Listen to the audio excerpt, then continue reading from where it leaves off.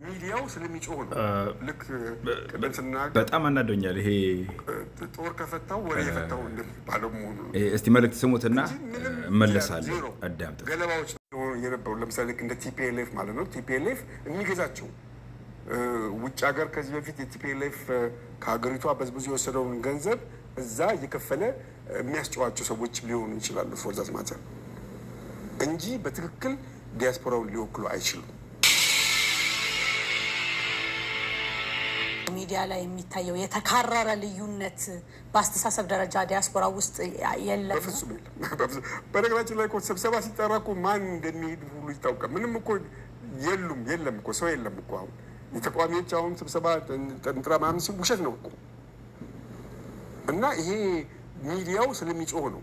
ልክ ቅድም ስናገር ጦር ከፈታው ወሬ የፈታው እንደሚባለው መሆኑ ነው እንጂ ምንም ዜሮ ገለባዎች ናቸው።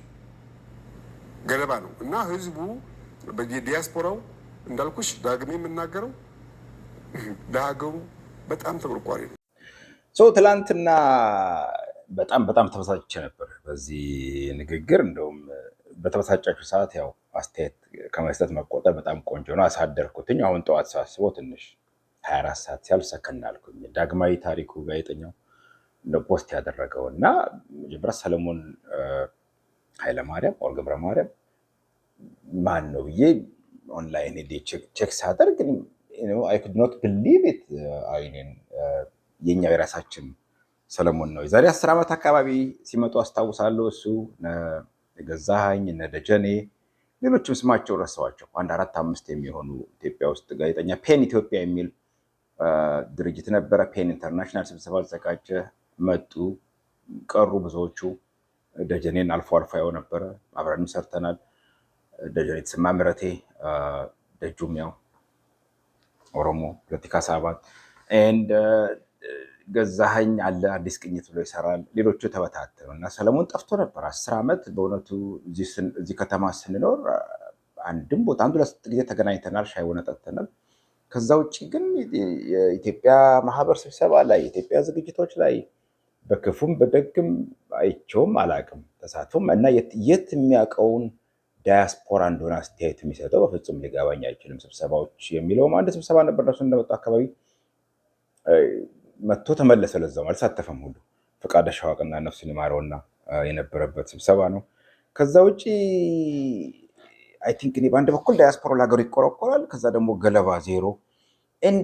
ኤንድ ኢማጂን ዲስ ጋይ እንግዲህ በዳያሎግ በንግግር ኮሚሽን ውስጥ ተወካይ ሆኖ የሄደ ነው አሉ መሰለኝ ተመርጦ ከዚህ እና አሁን በዚህ አይነት ማይንድ ሴት ውስጥ እንዴት ድርድር ማድረግ ይቻላል? አሁን ይሄ ሰውዬ የዳያስፖራ ተወካይ ተብሎ የተላከው ዳያስፖራውን ግን እንዴት አድርጎ እንደሚሳደብ ዘኢንታየር ዳያስፖራ ላይሆን ይችላል። ሌላውንም ቢሆንስ የሀሳብ ልዩነት ያለው ሁሉ መንግስትን የሚተች የሚቃወም በሙሉ በወያኔ ተገዛ፣ የወያኔ ገንዘብ የደረሰው አይ ቲንክ እንደሱ አይነት ነገር ውስጥ ከገባን ኢንፋክት የሰለሞን እንትን ራሱ ትንሽ ጥያቄ ውስጥ የሚገባ ነው ባክግራውንዱ። ኤንድ ናው አይ ቲንክ የትውልድ ነገር የደም ነገር ስቦት ይሁን አላውቅም። በጣም ቬሪ ዲስአፖይንትድ ዊዝ ሂዝ ኮመንት። ዚሮ ገለባ የሚባለው ኤክስፕሬሽን እንዴት ለሰው ገና ለገና አይ ቲንክ ለሹመት ይሁን ሊገባኝ አልቻለም። እዛ ቦታ ላይ ሪሊ ኦነስትሊ አምኖበት ነው ይሄን ነገር ወይስ የሆነ ሳም ካይንድ ኦፍ ትሪትመንት ከመንግስት ሽልማት ነገር ጠብቆ ነው? እንዴት እንደዚህ ይባላል? ዳያስፖራ ወክዬን ሄድኩት ተብሎ ዳያስፖራ የሀሳብ ልዩነት ሊሆን ይችላል፣ ላንስማማ እንችላለን፣ ልንጋጭ እንችላለን። ኤንድ የተወሰኑ ሰዎች ጽንፈኛ ምናምን ብሎ ቢገልጽ ኦኬ፣ የትጥቅ ትግል የሚፈልጉ ወያኔ አንደኛ ሁሉንም ሰው ወያኔ ማድረግ ትክክል አይደለም። ሁለተኛ ዜሮ ገለባ ስህተት ነው። ሶስተኛ ተቃዋሚውን የታውቆት መቼ ተገኝቶ መቼ ተሳትፎ ይህ ሰውዬ 10 ዓመት ሙሉ የራሱን ላይፍ ሲያሳድን ነው የኖረው እና የማያውቀውን ዳያስፖራ እንደዚህ አይነት አስተያየት መስጠት በጣም ተገቢ አይደለም። ግን የዳያስፖራ ተወካይ ሆኖ ደግሞ ገብቶ ዳያሎግ ሲባል ዞሮ የተካረሩ ጠርዝ የያዙ ሀሳቦችን ለማምጣት አለ ወደ ዳያሎጉ ራሱ ዘሆል አይዲያ ኦፍ ዳያሎግ ያስፈለገው እርቅ ለመፍጠር ብዙ የቆየ ቁርሾ አለ፣ ቂም አለ፣ ደም ተቃብተናል። ካይንድ ኦፍ እንታረቅ እንነጋገርና ለሀገራችን የሚበጅ መፍትሄ እናምጣ አይደለም። ኢቭን ወያኔንም እኮ መጨመር አለበት። ቲዮሬቲካሊ እኮ የአሁኑ እርቅ እኮ ወያኔ በለው ፋኖ በለው ሸኔ በለው መቀጠል ነበረበት። ሁሉንም ወያኔ ብሎ ፈርጆ ዜሮ ገለባ በጣም በጣም አይ አም ቬሪ ኤምባራስድ ኤንድ ዶክተር የሚለውን ነገር ከታች ወት ኢዝ ዘ ዶክትሬት አይ ሚን እንዲህ አይነት ፒኤችዲውን ከሰራ ሊትሬቸር ላይ ለዛው ኦንላይን ሳይን በሊትሬቸር ነው ስፔሻላይዝ ያደረገው ኤክስፐርቲዝ ወይም ሪሰርች ኤሪያው ሊትሬቸር የሚያውቅ ሰው ያነበበ ሰው ይቅርታ አድርጉልኝና ሳይንስ ላይ የሚያተኩሩ ባለሙያዎች ይሉት አሞኬ ሊትሬቸር አውቃለሁ የሚል ሰው እንዲህ አይነት ስድብ መሳደቡ በጣም አይጠቅምም። ኤንድ ኢቨን ጋዜጠኛዋ ራሱ አልተዋጠላትም እኮ እንዴት ነው ይሄ ነገር የለም ነው የምትል እንጂ አላመነችውም፣ አላሳመናትም። እና በጣም ኤምባራስድ ሆኛለሁ በዚህ እንትን ሰለሞን አፍሬያለሁ። አይ ሆፕ ኢን ዘ ፊውቸር መስመር ላይ ከተገናኘን እንደዚህ በአካልም ገልጽልሃለሁ ስሜቴን። በጣም በጣም ግን አፍሬበታለሁ በዚህ አስተያየት።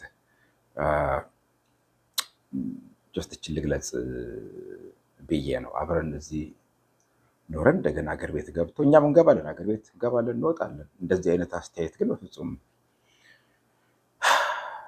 ስልጣን፣ መሬት፣ ጥቅም አይ ዶንት ኖ ሪሊ አምነህበትም ከሆነ ሮንግ ነው የተናገርከው ነገር።